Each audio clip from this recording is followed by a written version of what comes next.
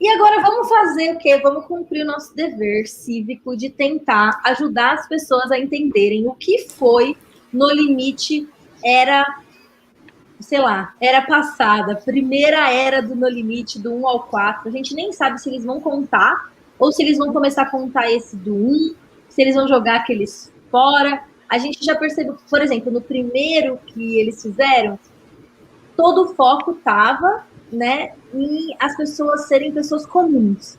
Era a principal característica do programa. A gente reassistiu a um agora, que é a mais marcante, para falar com mais detalhes sobre para vocês.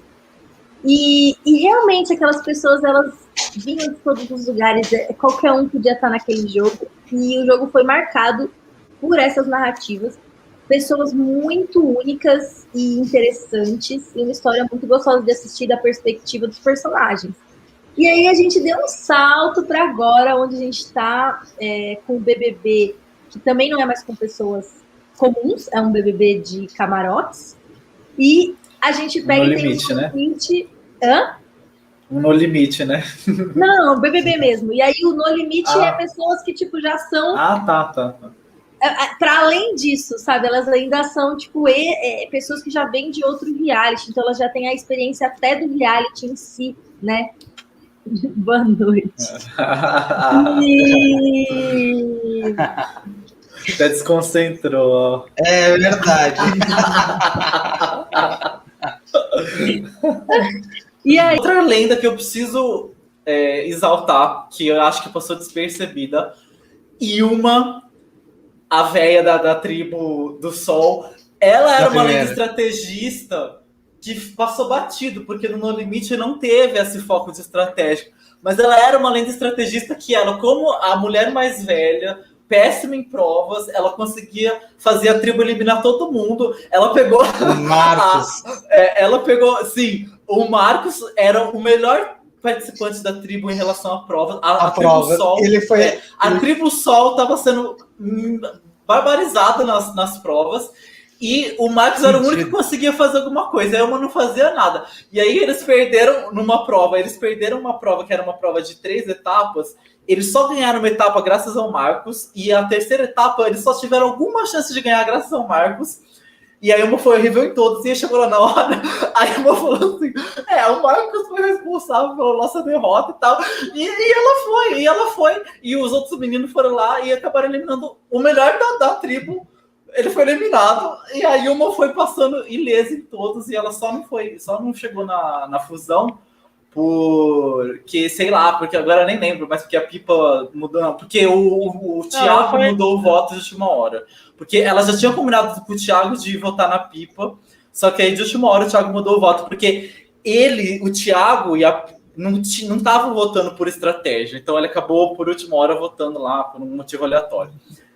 E outra coisa que eu acho legal frisar na primeira temporada é que a produção não soube balancear as tribos à medida que a tribo perdia concorrente. Então, assim, a tribo do Sol perdeu a primeira prova.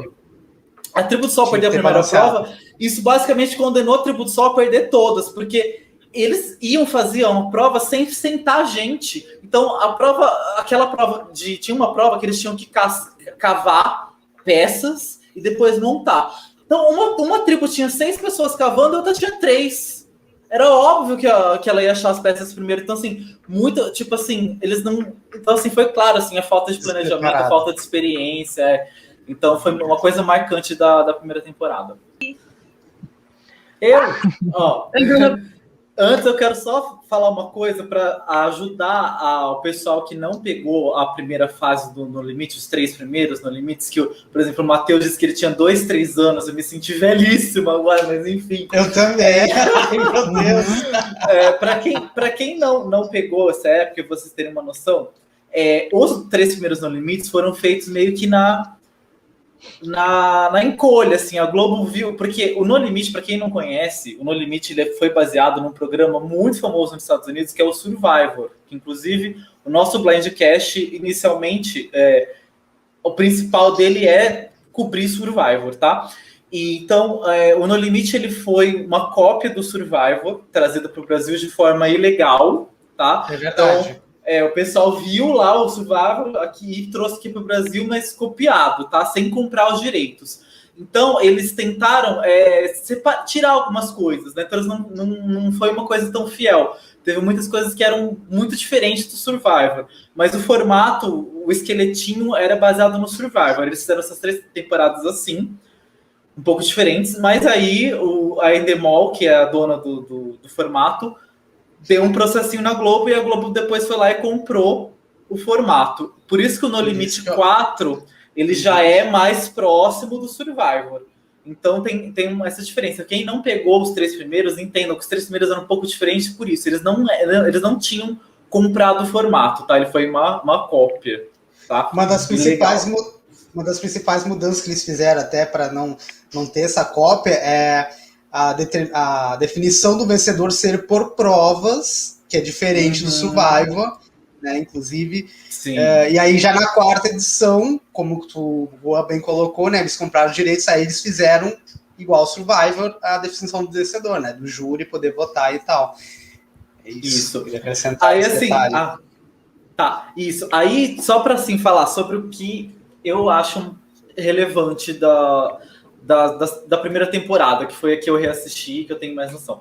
Primeiro, era muito nítido como a produção não tinha experiência em fazer reality show, porque eles cometiam assim, algumas falhas graves, até, por exemplo, de não registrar tudo que acontecia e não registrar em momentos importantes. Por exemplo, o pós-CT, a interação dos participantes pós-portal, né, que no Survival chama Conselho Tribal, no Limite chama Portal. A interação dos participantes no pós-portal não era filmada.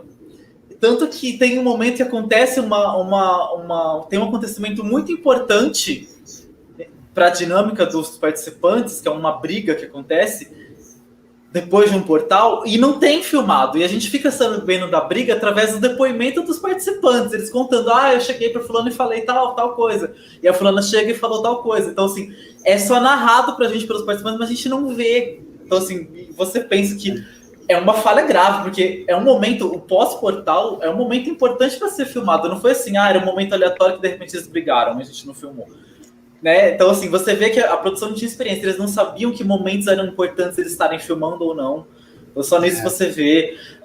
Você vê as provas da primeira temporada, muitas provas escolhidas, assim, que você via que eram provas que não era interessante de ter no reality show, tipo, enxugar gelo. Tipo, aquilo pro telespectador ver não tinha nada. Tanto que a prova dura 3 minutos, assim, que eles já cortam pra hora que acaba. Porque não tinha uma dinâmica interessante de se assistir. Então, assim, eles não sabiam escolher direito as provas, né?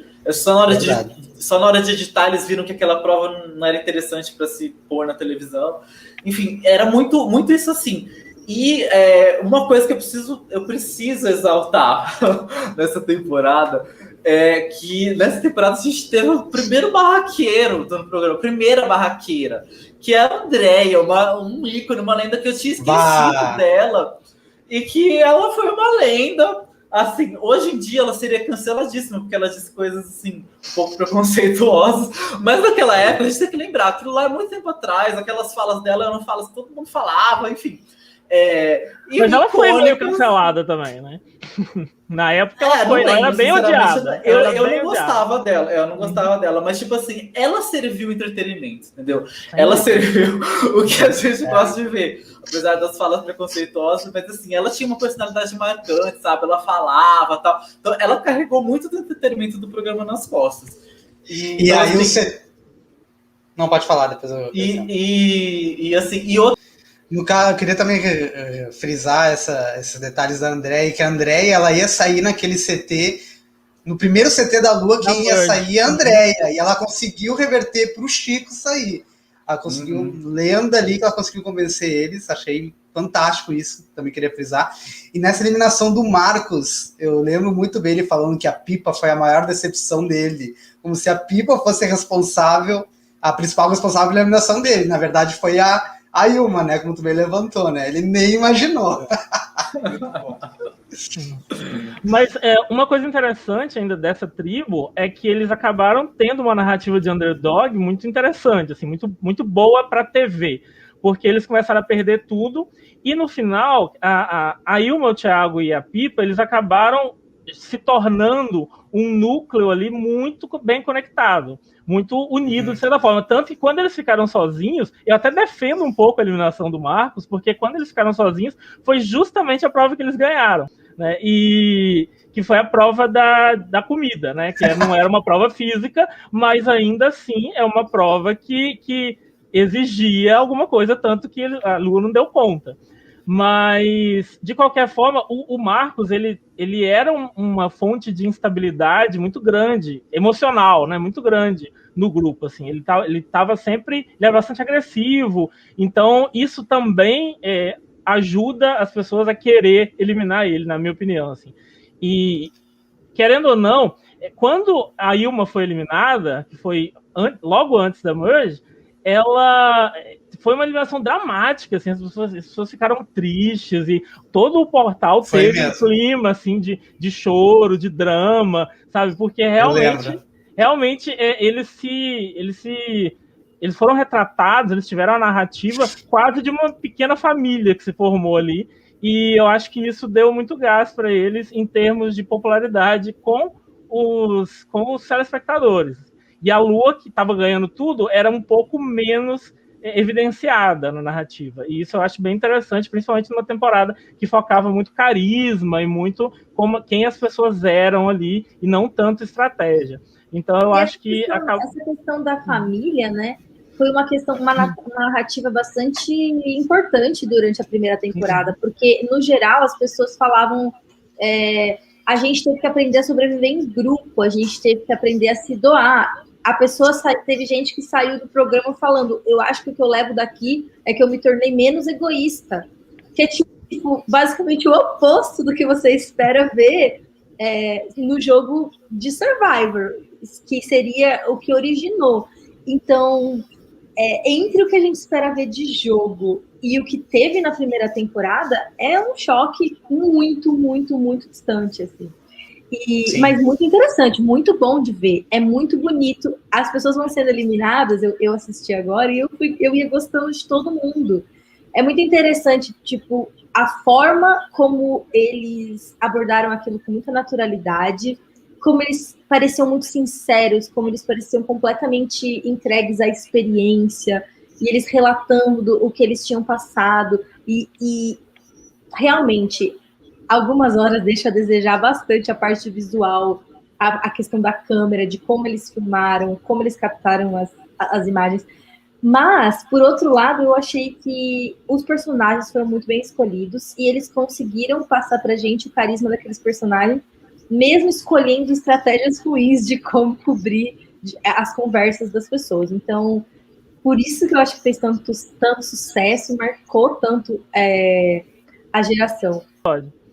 O Júlio comentou que o Olho de Cabra só bombou por causa da Andrea, e de fato toda a cena dela que ela fez para depois comer um monte de olho de cabra, gente, pelo amor de Deus, ela era icônica. Porque foi na boca dela que estourou e saiu aquele azul, né? Que ficou na cabeça de todo mundo. Foi nela. Nossa, impagável.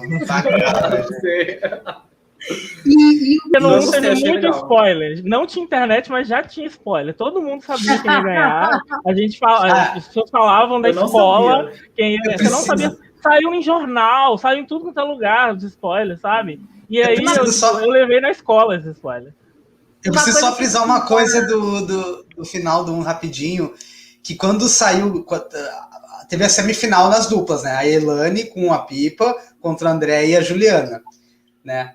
E aí, quando saiu a final, que as duas ganharam, a Pipa já começou a falar assim, porque eu vou comprar meu apartamento. Ela já dava a vitória certa, tipo, subestimando total a Elane. Eu achei fantástico isso, porque a gente chegou no final, não foi ela, foi a Elane que ganhou, gente. Gente, a Pipa, a gente não comentou tanto dela, né? A gente não comentou tanto dela, ela é muito adorável.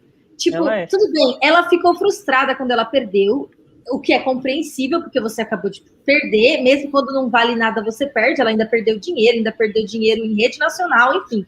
E ela estava fisicamente exausta, deu para ver que ela deu o melhor que ela tinha, e ela era realmente muito pequenininha, e depois de ficar sem comer por dias e tal. Mas ela foi, no momento que ela chegou perto da Elaine, ela abraçou e, tipo, parabéns, você merece. Tipo, foi muito. Ai, gente, que coisinha linda de ver. A Pippa era muito fofinha, né? Ai, tudo. E em defesa dela, o segundo lugar ganhava 100 mil.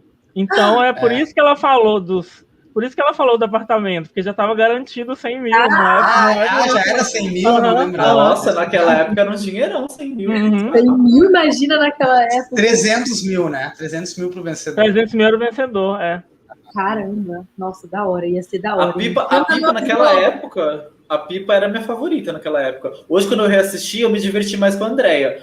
Mas naquela época, a Pippa era minha favorita. Mas eu acho que, em geral, tipo, quando os assuntos são superados, se a gente assistisse os BBBs de hoje, daqui 10 anos, a gente ia achar graça das pessoas que estão sendo absurdamente cuzonas. Mas é que hoje a gente está vivendo aquilo e a gente fala, nossa, não pode ser cuzão desse jeito, pelo amor de Deus.